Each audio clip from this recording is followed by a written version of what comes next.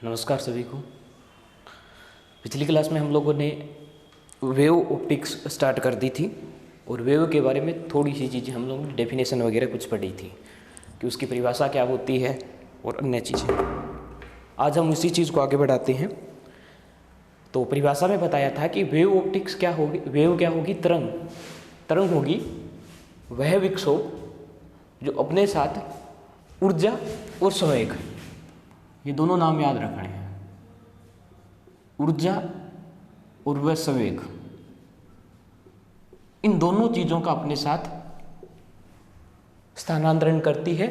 लेकिन जो तरंग के जो कण होंगे वो क्या नहीं होंगे, एक जगह से दूसरी जगह, मतलब कणों में विस्थापन किसी भी प्रकार का नहीं होगा, कण अपनी जगह स्थिर रहेंगे। ये परिभाषा हमारी हो चुकी थी। अब हम बात करते हैं, कुछ पॉइंट हैं इससे रिलेटेड। जैसे हमें पॉइंट समझने हैं भाई कौन कौन सी चीज़ें इसमें काम आ रही होंगी, तो इससे रिलेटेड जो टर्म है, जो संबंधित पद हैं, वो मैं सारे के सारे एक साथ लगभग 12-13 के आसपास होंगे, मैं एक साथ डिस्कस कर देता हूँ, फिर उन चीज़ों से रिलेटेड हम आगे बढ़ेंगे। ठीक है, तो समझने वाली चीज़ें यही है। अब ये जो पॉइंट होंगे धीरे धीरे आगे यूज होने स्टार्ट हो जाएंगे, इसलिए इन चीज़ों को अच्छे से देखना है। तो इनसे रिलेटेड जितनी भी टर्म है वो मैं एक साथ डिस्कस कर देता हूँ। देखो, पहली टर्म इससे रिलेटेड जो आएगी, इससे रिलेटेड संबंधित पद जो भी होंगे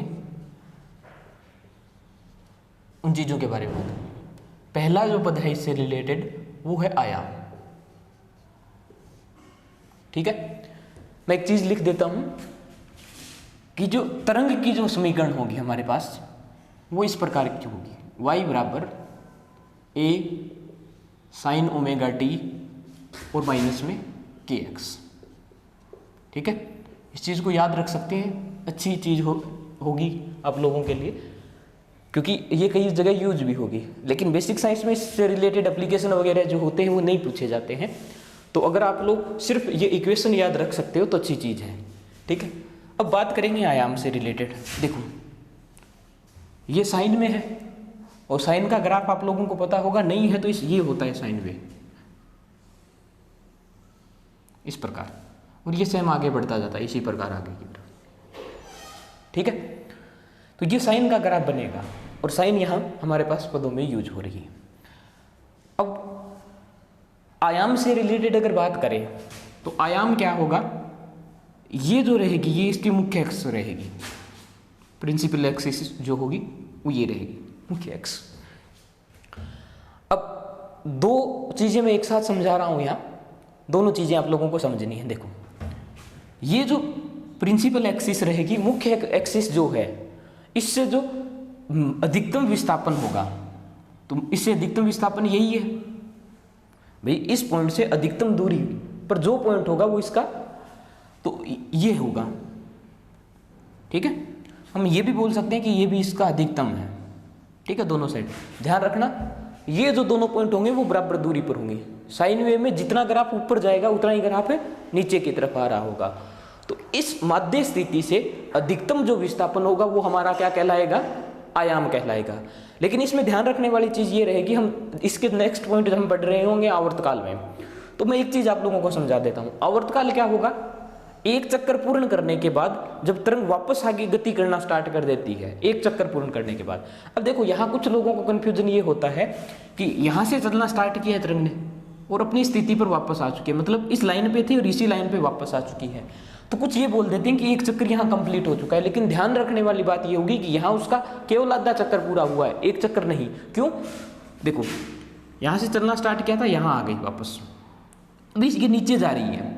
तो यहाँ देखो, यहाँ तरंग ऊपर की तरफ आ रही है और यहाँ तरंग नीचे की तरफ जा रही है। तो ये पॉइंट और ये दो पॉइंट, दोनों पॉइंट सेम नहीं है, दोनों के दोनों डिफरेंट हैं, क्योंकि यहाँ तरंग ऊपर की तरफ जा रही है, यहाँ तरंग नीचे की तरफ आ रही है। आगे जैसे जैसे बढ़ेंगे तरंग वापस से नीचे से ऊपर की तरफ आएगी, ये जीरो आ गया, यहाँ तरंग वापस ऊपर जा रही है। ठीक है, तो ये पोजीशन और ये पोजीशन, ये दोनों पोजीशन सेम है। इसका मतलब इस पॉइंट ए से चलकर बी तक जब तरंग पहुंचती है तो वो अपना एक चक्कर क्या कर लेती है, पूर्ण कर लेती है। ठीक है, तो ये थोड़ा सा ध्यान रखना है दोनों चीजों से रिलेटेड। मैं इस डायग्राम को थोड़ा सा आगे बना रहा हूं, फिर हम धीरे धीरे एक एक पॉइंट समझते जाएंगे और इसी डायग्राम से रिलेटेड सारी टर्म हमारी आएगी, इसको ध्यान रखना है हमें साथ के साथ। देखो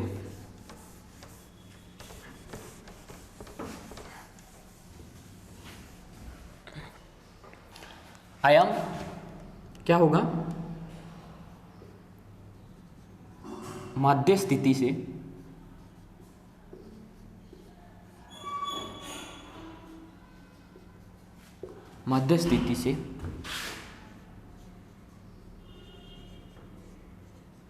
अधिकतम विस्थापन।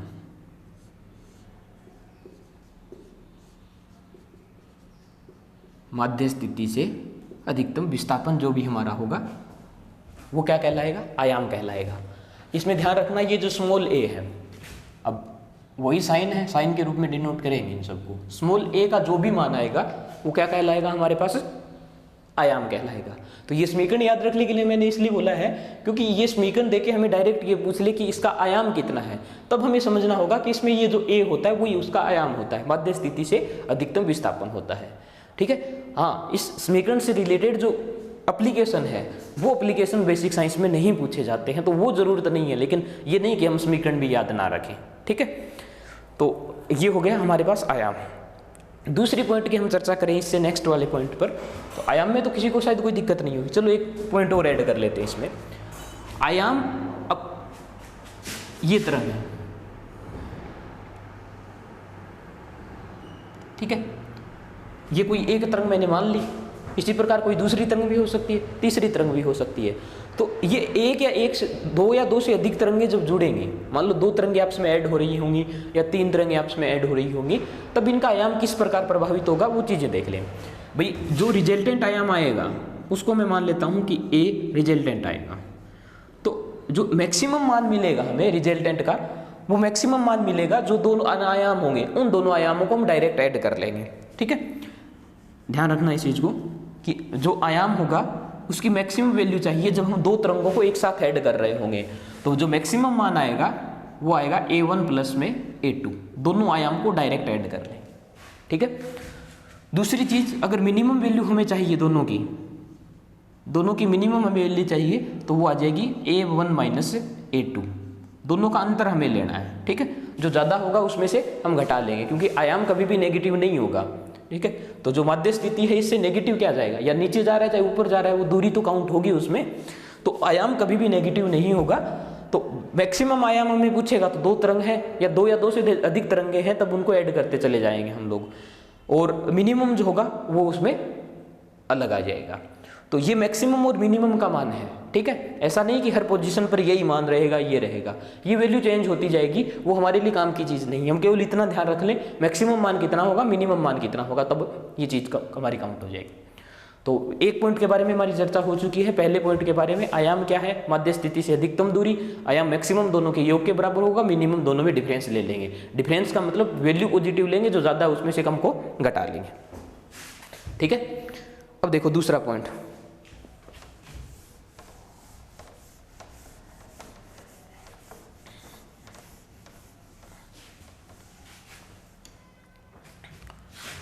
दूसरे पॉइंट के बारे में चर्चा करें तो दूसरा पॉइंट होगा आवर्ती।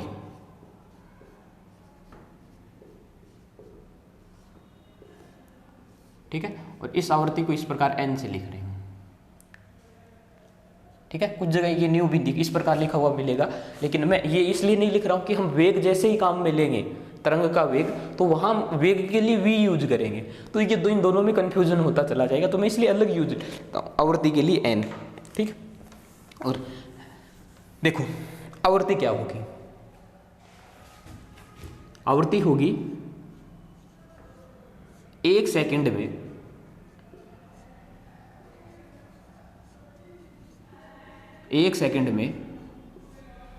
लगाए गए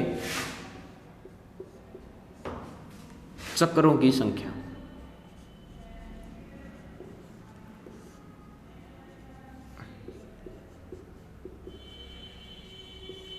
एक सेकंड में लगाए गए चक्रों की संख्या। इसका मतलब ये तरंग गति करेगी और एक सेकंड में तरंग इस प्रकार कितने चक्कर कंप्लीट कर लेती है, वो उसकी क्या कहलाएगी, आवर्ती कहलाएगी।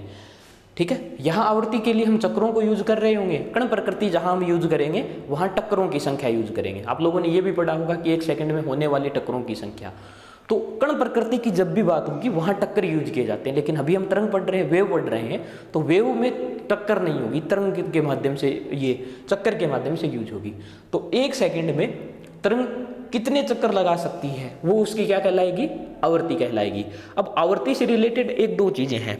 एक तो ध्यान रखना है कि इस आवृत्ति का जो फॉर्मूला आएगा, इसको हम n से लिख रहे हैं, तो n बराबर आएगा 1/t, 1/t। आवर्तकाल जो होगा, t का मतलब होगा आवर्तकाल, आवर्तकाल का मतलब ये जो चक्कर लगाया है इस तरंग ने, इसमें कितना टाइम ले रही होगी एक चक्कर कंप्लीट करने में तरंग, वो उसका क्या कहलाएगा, आवर्तकाल कहलाएगा।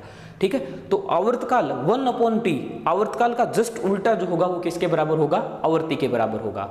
और आवर्ती का जो मात्रक होता है वो हर्ट्ज होता है। ठीक है,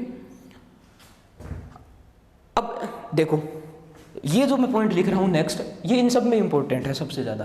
ठीक है, दिखाई दे रहा होगा शायद यहां तक, नीचे तक। यहां देखें कि रंगों का जो विभेदन किया जाता है,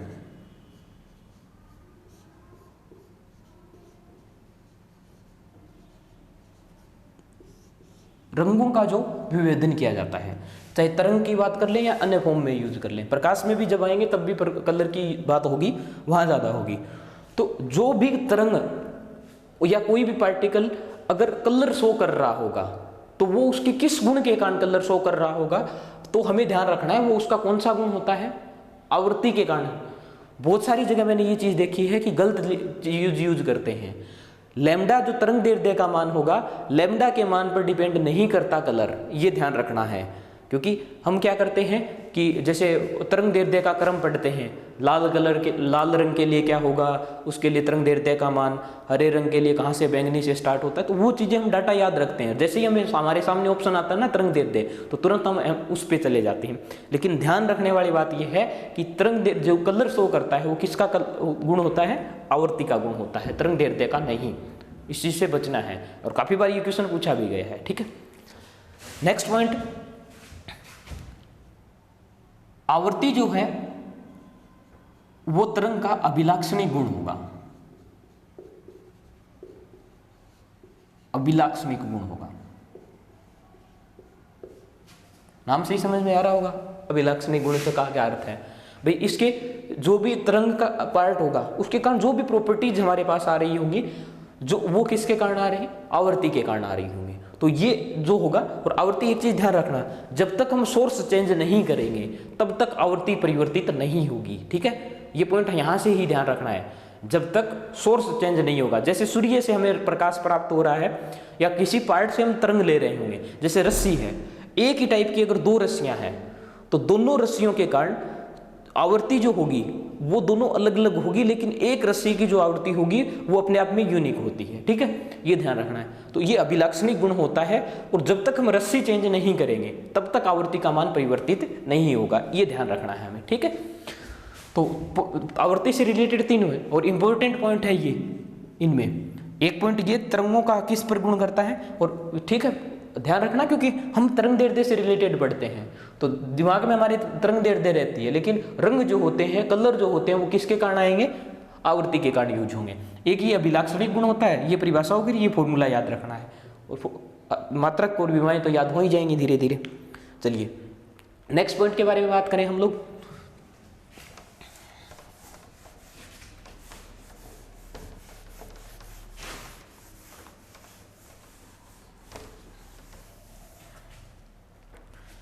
तीसरा पॉइंट हमारा जो होगा वो है आवर्तकाल।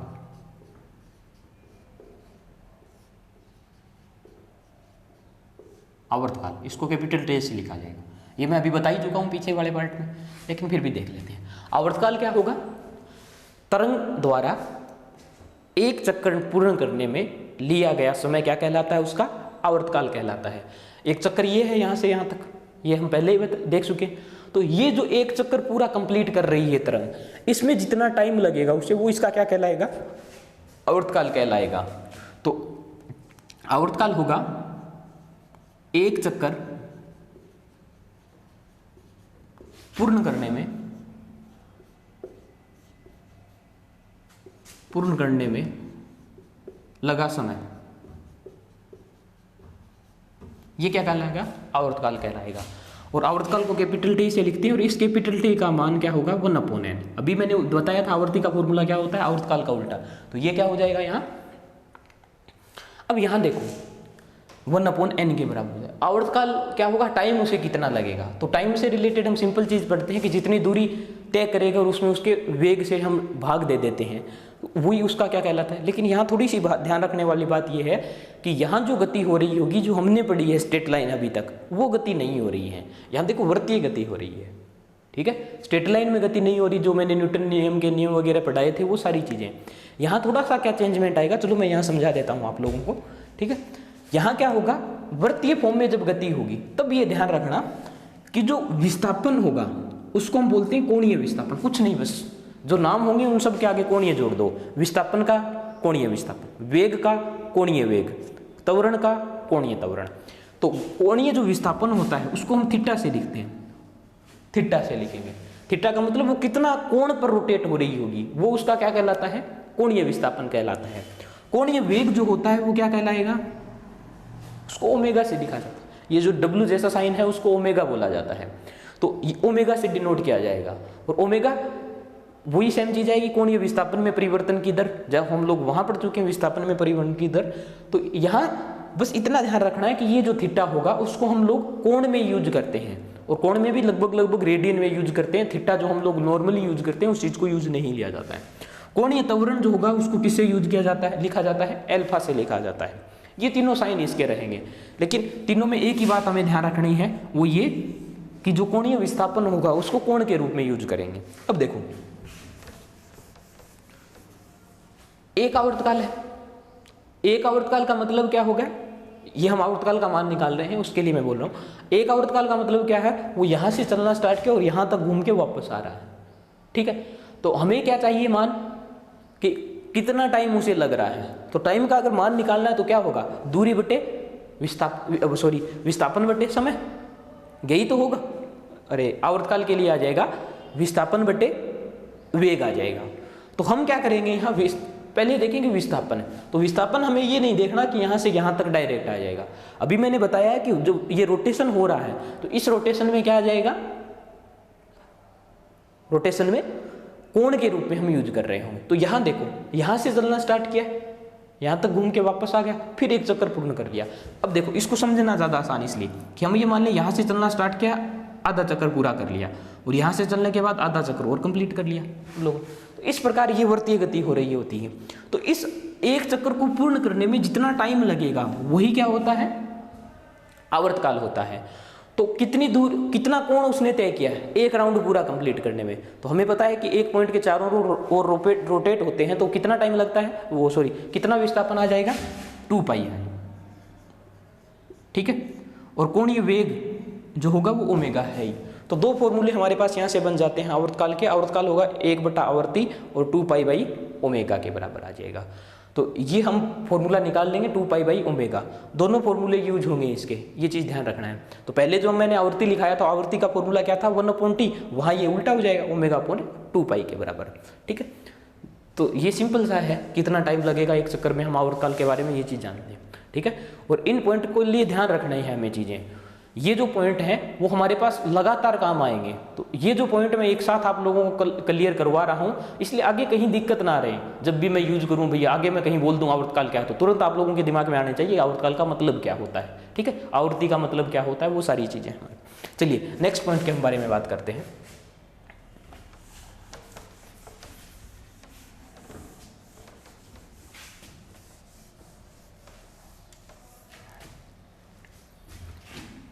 नेक्स्ट पॉइंट जो हमारा है वो है वेवलेंथ, तरंगदैर्ध्य, वेवलेंथ। और इसको किससे लिखा जाएगा, लैम्डा से। ये जो साइन है इसको लैम्डा बोला जाता है, ठीक है, इस प्रकार उल्टे वाई है। देखो तरंगदैर्ध्य का मतलब ये होगा कि तरंग द्वारा एक चक्कर में तय की गई दूरी,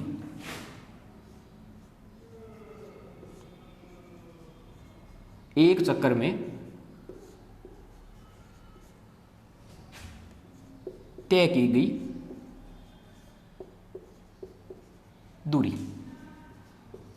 यही क्या कहलाएगा हमारे पास, किसका मान, तरंग दैर्ध्य का मान कहलाएगा। अब देखो, अब यहाँ एक चक्कर में तय की गई दूरी का मतलब क्या होगा, यहाँ से तरंग ने चलना स्टार्ट किया था इस पॉइंट से, और चक्कर कंप्लीट कहाँ तक हो रहा है, यहाँ पर जा करके। तो ये जो दूरी आएगी, ये मान किसका होगा, लैम्डा का। इस प्रारंभिक पॉइंट से अंतिम पॉइंट के बीच की जो सीधी दूरी आएगी वो क्या कहलाएगा, तरंग दैर्ध्य का मान कहलाएगा।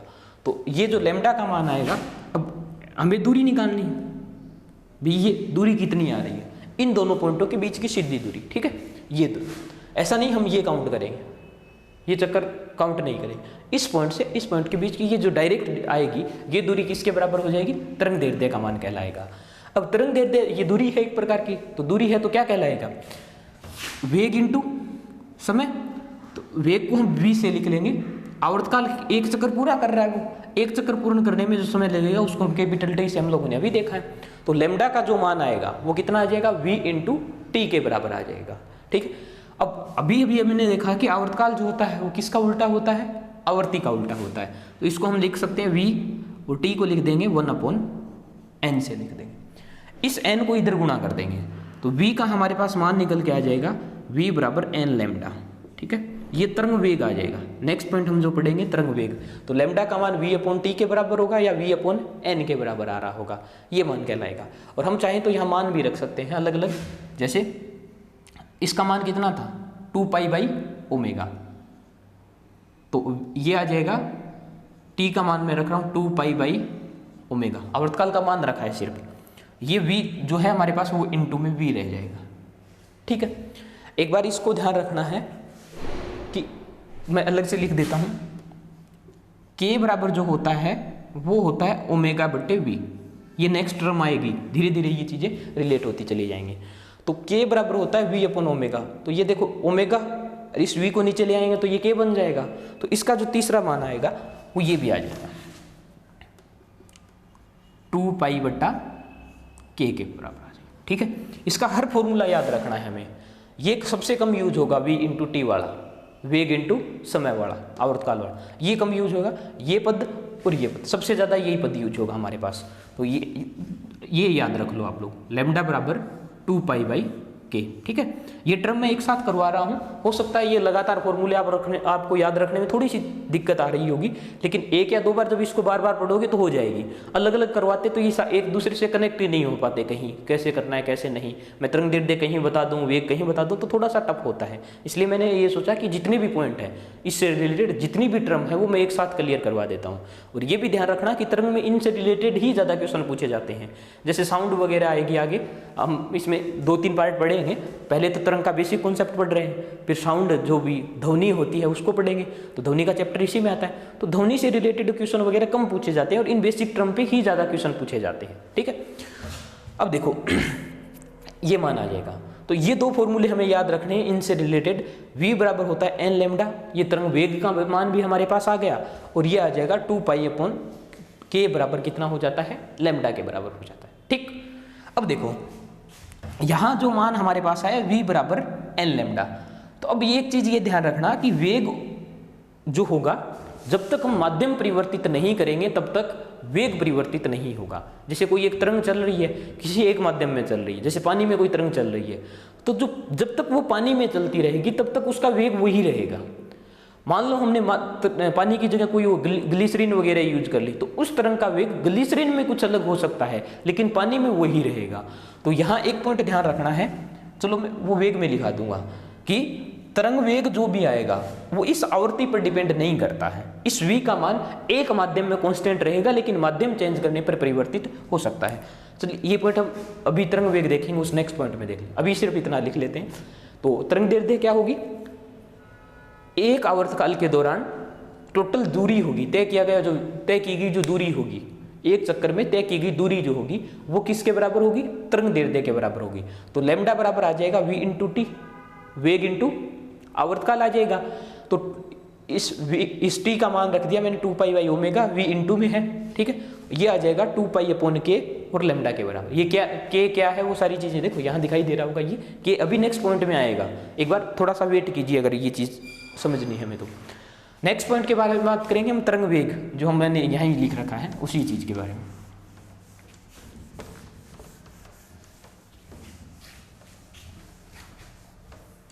5 नंबर जो हमारा पॉइंट होगा वो होगा तरंग वेग।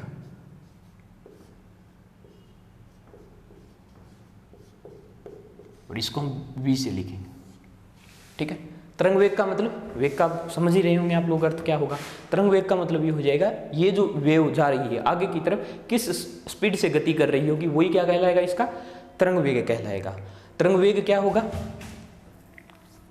ये रहा फॉर्मूला हमारे पास, v बराबर कितना आ जाएगा, n लैम्डा के बराबर, ठीक है। अब यहां ये ध्यान रखना है, इस वेग का जो मान होगा वो आवर्ती पर निर्भर नहीं करता है, ठीक है, निर्भर नहीं करता है।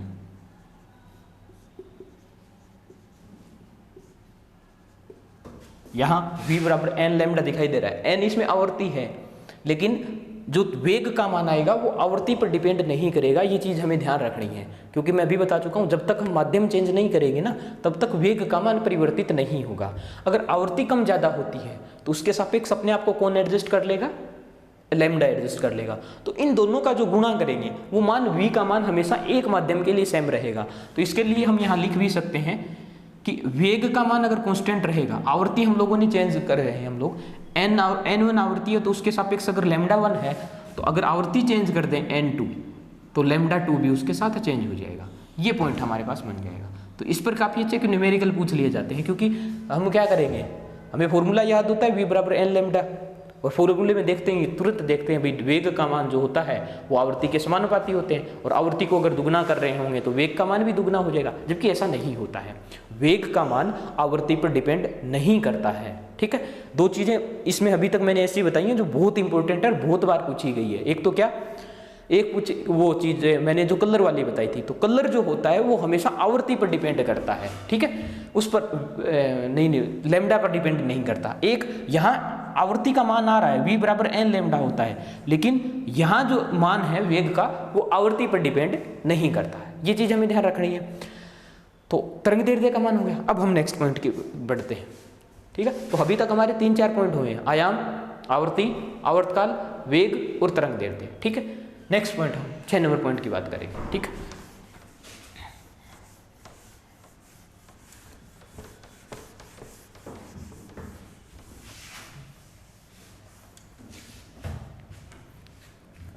नेक्स्ट पॉइंट जो है हमारा वो है तीव्रता।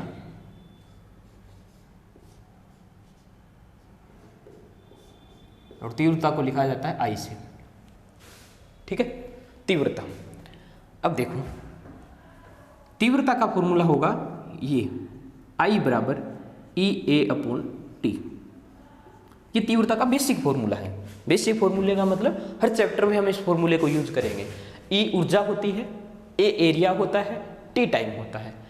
तो यहां से क्या बन जाएगी, परिभाषा जो बनेगी वो बन जाएगी एकांक क्षेत्रफल, मतलब क्षेत्रफल का मान A का मान 1 ले ले, एकांक क्षेत्रफल और ऐसे लिख लें, सेकंड ले लेता हूं क्योंकि सेकंड ही हो गया मेन इसका। या तो हम ऐसे लिख लें, एकांक क्षेत्रफल पर एकांक समय में आपतित होने वाली ऊर्जा का जो मान आएगा वो तीव्रता के बराबर। मैं ऐसे लिख रहा हूं इसको डायरेक्टली, 1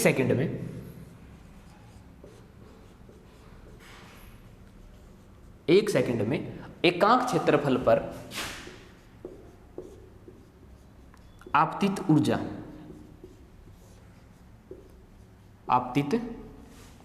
ऊर्जा का जो मान होगा वो किसके बराबर होगा, तीव्रता के बराबर होगा, ठीक है। ये डेफिनेशन है तीव्रता की। एकांक क्षेत्रफल 1 सेकंड में एकांक क्षेत्रफल पर आपतित ऊर्जा, तो E ऊर्जा होगी, A क्षेत्रफल, T टाइम और ये I, ठीक है। अब यहां हमारे इस चैप्टर की अगर मैं बात करूं तो इस फॉर्मूले में क्वेश्चन नहीं बनते हैं, ठीक है। मैंने परिभाषा बता दी आप लोगों को याद रखने के लिए, लेकिन इस चैप्टर में तीव्रता से रिलेटेड जो भी क्वेश्चन पूछा जाएगा वो इस फॉर्मूले पर नहीं पूछा जाना, ठीक है। तो हम लोगों ने पढ़ा क्यों, तो परिभाषा बतानी थी आप लोगों को, इसलिए मैंने बता दी कि परिभाषा ये इसकी ये होती है। अब देखो किस प्रकार के क्वेश्चन यहाँ से पूछे जाते हैं। अभी तक के जो मैंने पॉइंट समझाए हैं उनमें सबसे इंपॉर्टेंट है, और आज जो मैं इसमें जो टर्म पढ़ रहे हैं वो सारी की सारी इंपॉर्टेंट हैं, उन पे सब पे क्वेश्चन बन रहे होंगे, ठीक है। या आज शायद इस एक क्लास में हमारे ये जो टर्म है वो 12-13 से ज़्यादा है, लेकिन हो सकता है एक क्लास में कंप्लीट ना हो, लेकिन हमें ये ध्यान रखना है इन टर्म में कहीं भी कोई प्रॉब्लम हमारे पास नहीं होनी चाहिए, ठीक है। ये बेसिक पार्ट है चैप्टर का। चलिए बात करते हैं भाई इसमें क्वेश्चन किस प्रकार के पूछे जाते हैं। देखो यहां हमें ध्यान रखना है कि जो आई तीव्रता का जो मान होगा वो आयाम के स्क्वायर के समानुपाती होगा। तीव्रता का जो भी मान होगा वो आयाम के स्क्वायर के समानुपाती होगा। जितना अधिक आयाम होगा उतनी उसकी तीव्रता अधिक होगी, जितना आयाम कम होगा उसकी तीव्रता भी कम होती है। और ये भी ध्यान रखना ये स्क्वायर के साथ डिपेंड कर रहा है, डायरेक्ट डिपेंड भी नहीं कर रहा होता है। अगर बात करूं तो इसका जो पूरा फॉर्मूला अगर मैं लिखना चाहूँ तो ये होता है I बराबर 2π² n² a² रो और v, ठीक है। लेकिन हमें ये याद रखने की आवश्यकता नहीं है क्योंकि 2π² n² रो और v ये सारे कांस्टेंट हमारे पास यूज होंगे, तो उस फॉर्मूले को याद मत रखो, चाहे कोई ज़रूरत नहीं है उस चीज़ की।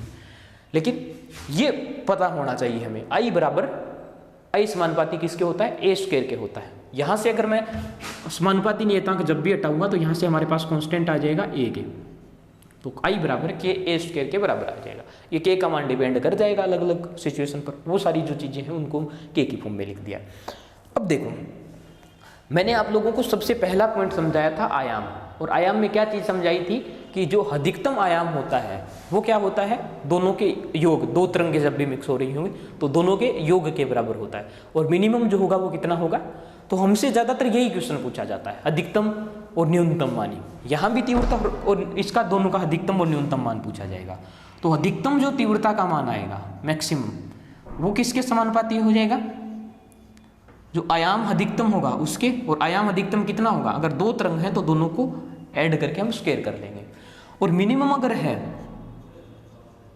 तो ये मान कितना आ जाएगा समानुपाती के लिए, दोनों का अंतर ले लेंगे और उसके स्क्वायर के समानुपाती हम लोग इस चीज़ के लिए कर देंगे। ज़्यादातर यही क्वेश्चन पूछा जाता है, अधिकतम तीव्रता और न्यूनतम तीव्रता का अनुपात क्या है, या हमें आयाम वगैरह दे देगा, उन चीज़ों से रिलेटेड हमसे क्वेश्चन पूछ लेगा।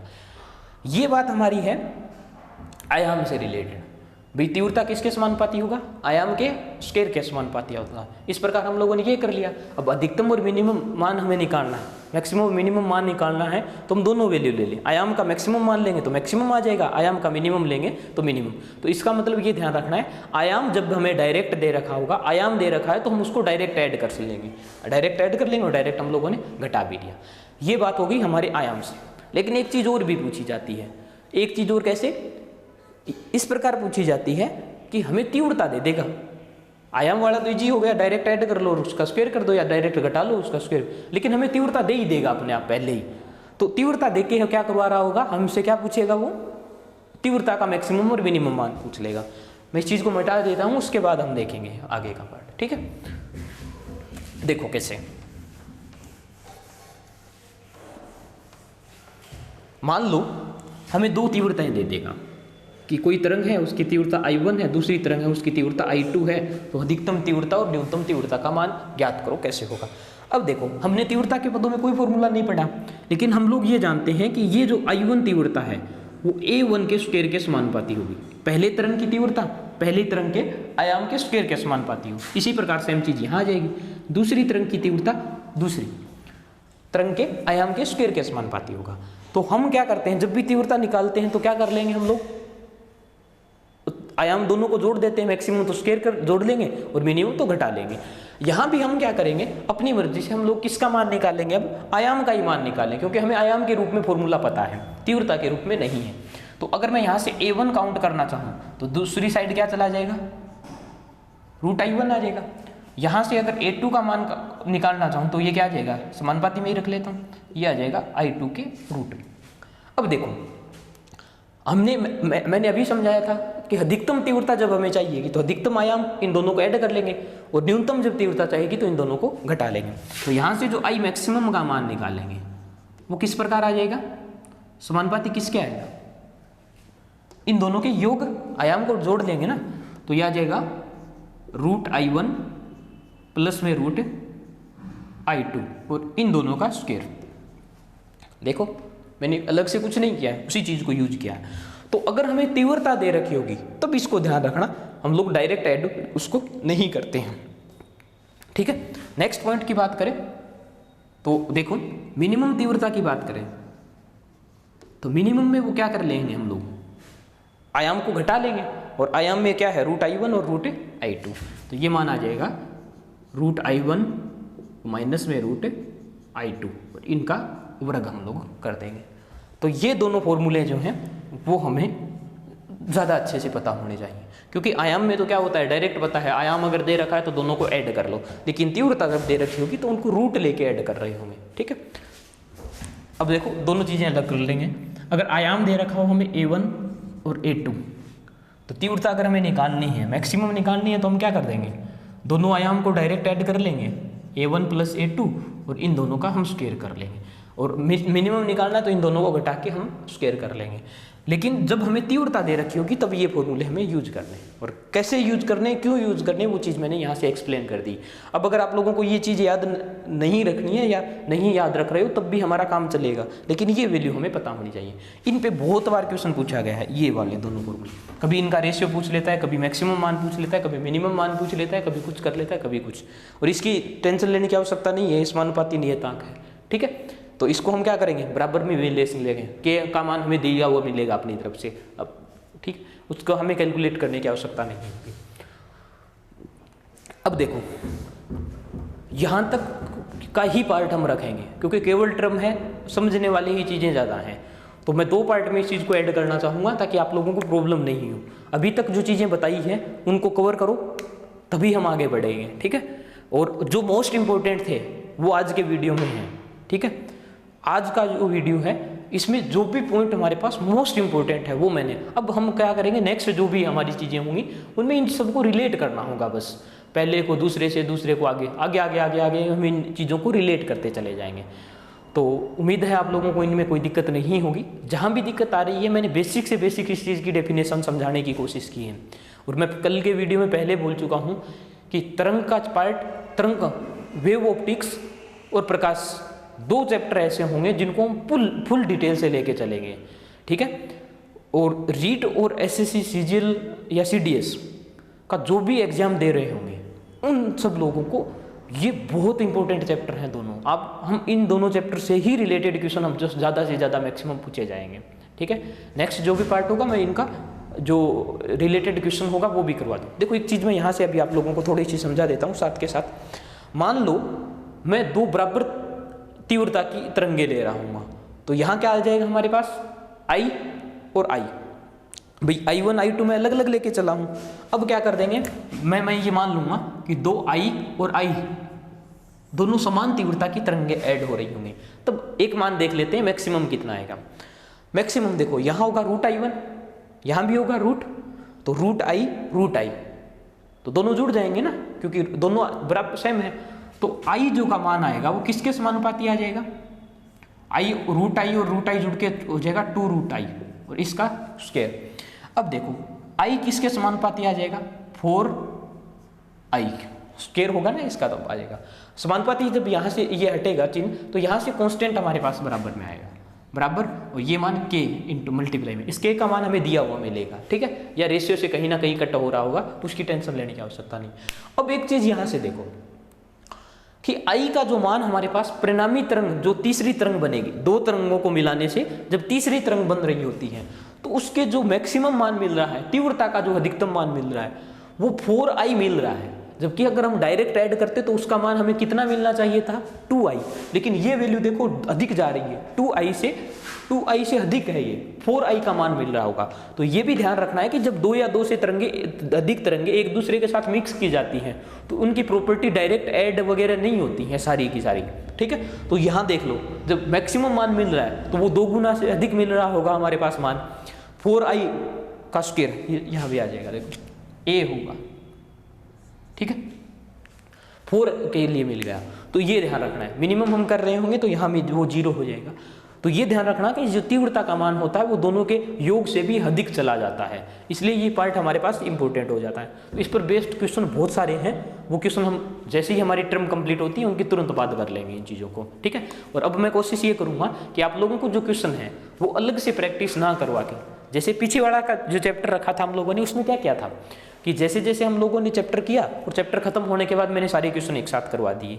यहाँ अब जो नेक्स्ट चैप्टर होंगे उनमें ऐसे कर लेंगे कि जैसे ही हमारा टॉपिक चल रहा है उससे रिलेटेड जो भी क्वेश्चन बनता है मैं वहीं करवा दूंगा। जैसे यहाँ इस तीव्रता से रिलेटेड क्वेश्चन बन रहा है तो तीव्रता से रिलेटेड जो भी पार्ट का होगा वो तुरंत जैसे ये स्टेप खत्म होती है उसके तुरंत बाद मैं करवा दूंगा, ताकि थोड़ा सा समझने में आसान रहे। और उम्मीद है आप लोग प्रैक्टिस तो अलग से कर रहे होंगे तो ज़्यादा अच्छे से। चलिए थैंक यू, आज सिर्फ इतना ही करेंगे। लगभग 6 से 7 टर्म हो चुकी हैं हमारी, नेक्स्ट जो भी टर्म होगी इतनी बची हुई हैं 6 से 7, लेकिन आज का जो पार्ट है वो मोस्ट इंपॉर्टेंट है। तो आप इसको बार बार रिवाइज कीजिए, जहाँ भी चीज़ें नहीं समझ में आ रही होंगी उन चीज़ों को रिपीट कीजिए और अच्छे से देखिए। चलिए थैंक यू।